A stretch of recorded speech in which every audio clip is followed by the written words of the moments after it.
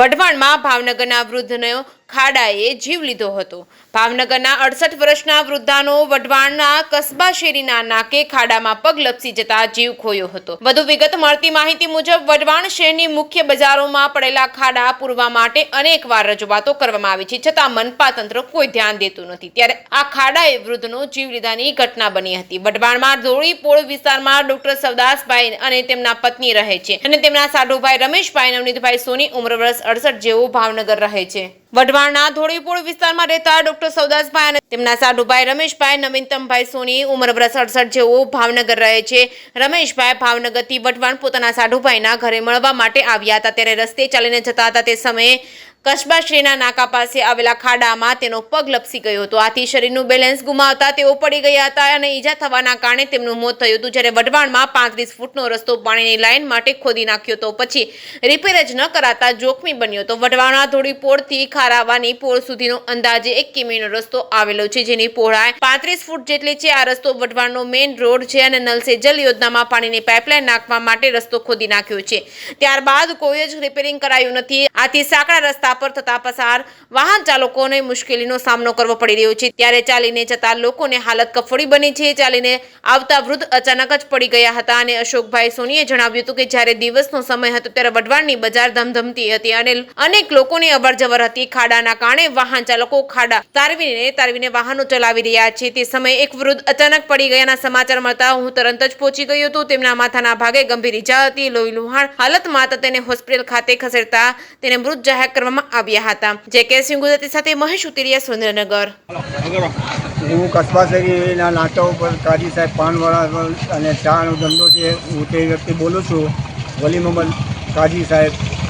આ ખાડો કેટલા ટાઈમથી છે, ધોળીપોળથી અહીંયા સુધીમાં લગભગ ઘણા મોટા ખાડાઓ છે। આનું કંઈ નિરાકરણ આવતું નથી અને અત્યારે હજી હાલ 10 મિનિટ પહેલાં એક ભાવનગરની એક વૃદ્ધ વ્યક્તિ હતી, જેવા ખાડામાં પડ્યા એવા ચિત્તાપાર પડ્યા, માથામાં હેમરેજ થઈ ગયું, ત્યાં પૂરા થઈ ગયા। ડૉક્ટર દામાણી સાહેબ આવેલ, બે ફિઝિયોથેરાપી સિસ્ટરો આવેલ, એને ઘણી પમ્પિંગ કર્યું, પણ છતાં પણ એનું હાર્ટની ધડકન બંધ હતી। તો હવે 108 એનું તાત્કાલિક બોલાવીને લઈ ગયા છે। માટે આ મરમ્મત કરવાની ખાસ જરૂર છે, પણ કોઈ જાગતું જ નથી, કોઈ કંઈ સાંભળતું નથી, ધ્યાન આપતું નથી એવું લાગે છે। કારણ કે 2 મહિનાથી આ પોઝિશન છે, આ ત્રીજી વ્યક્તિ પડી ગયેલ છે।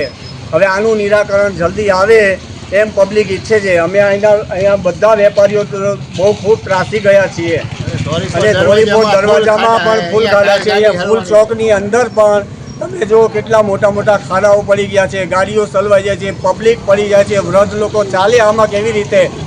આનું મહેરબાની કરી અને નિરાકરણ આવે એવું અમે ઈચ્છીએ છીએ। વહેલી તકે તાત્કાલિક મરમ્મત કરે એવી અમારી નટની લાઈન નાખી ધોળીપોળથી મસ્જિદ ચોક સુધી। હા, તેની લાઈન નાખી અમને ખબર નથી પડી, ખાડા પછી મરમ્મત થયા જ નથી, એમને એમ જ છે।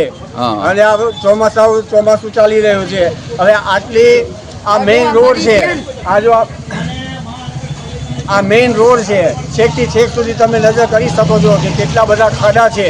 હવે આમાં વૃદ્ધ લોકો વૃદ્ધ તો ઠીક, પણ જુવાન લોકો પણ ગબડી જાય છે। એટલે આનું નિરાકરણ વહેલી તકે આવે એવું અમે ઈચ્છીએ છીએ। ધન્યવાદ। નમસ્કાર, મારું નામ દર્શન સોની છે અને વઢવાણનો એક રહેવાસી છું। અત્યારે એવી દુઃખદ ઘટના બની છે કે બારગામથી ખબર અંતર પૂછવા આવેલા વઢવાણમાં 67 વર્ષીય એક વૃદ્ધ કે જેને આપણે સિનિયર સિટીઝન તરીકે ઓળખીએ છીએ, વઢવાણના રોડ રસ્તાના હિસાબે અત્યારે એમનું હેમરેજના હિસાબે અવસાન થયું છે। બહુ દુઃખદ અવસાન થયું છે અને આ એકમાત્ર એક જ કારણ છે કે વઢવાણની અંદર જે આ રસ્તા જે તમે એકવાર આવીને જુઓ, વઢવાણના રસ્તા એકદમ બિસ્માર હાલતને ખરાબ થઈ ગયા છે। વર્ધમાન નગરીની જગ્યાએ અત્યારે આ ખાડા નગરી થઈ ગઈ છે।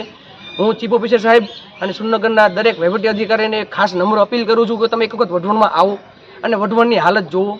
આ એક વૃદ્ધનું અત્યારે અવસાન થયું છે, કાલ સવારે કોઈ બીજાનું આની અંદર અવસાન ન થાય એની સાવચેતી રાખી અને પ્લીઝ આની અંદર કંઈક ખસ્તું કરો। હું કોઈને બ્લેમ નથી કરતો, હું કોઈ તંત્રને, રાજકીયને કોઈને બ્લેમ નથી કરતો। હું ખાલી એક જ વસ્તુ કહેવા માગું છું કે વઢવાણના રોડ રસ્તા જેના કારણે અવસાન થયું છે, ખાલી એક એને સુધારો અને વ્યવસ્થિત કરો, મારી એટલી જ અપીલ છે ખાલી।